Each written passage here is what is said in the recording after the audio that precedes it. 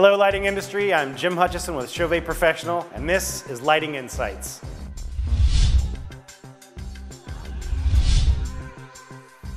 We're jumping back this month right where we left off last month with focus palettes, those handy little tools on lighting consoles that allow us to save fixture positions, and how we can best utilize them for maximum awesomeness in our lighting designs. Now, before we start, here's a little quiz.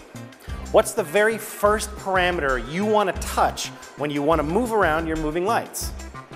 Come on, I know all you know this. It's the tilt parameter.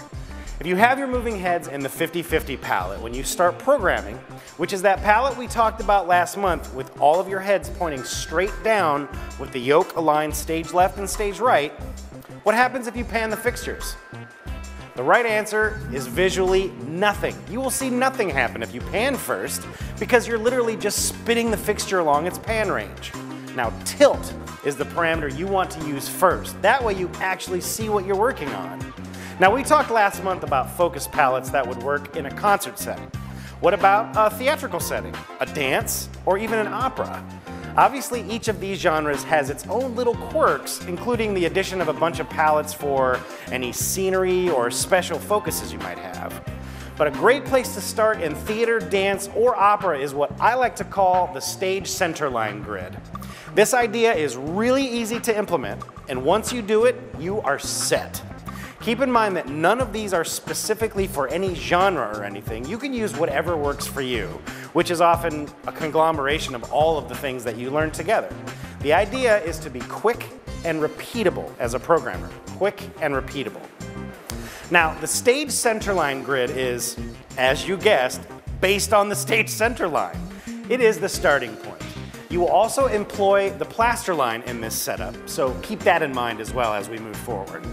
Keep an eye on how the lane legs are positioned in your design, because this will also determine how you divide upstage to downstage.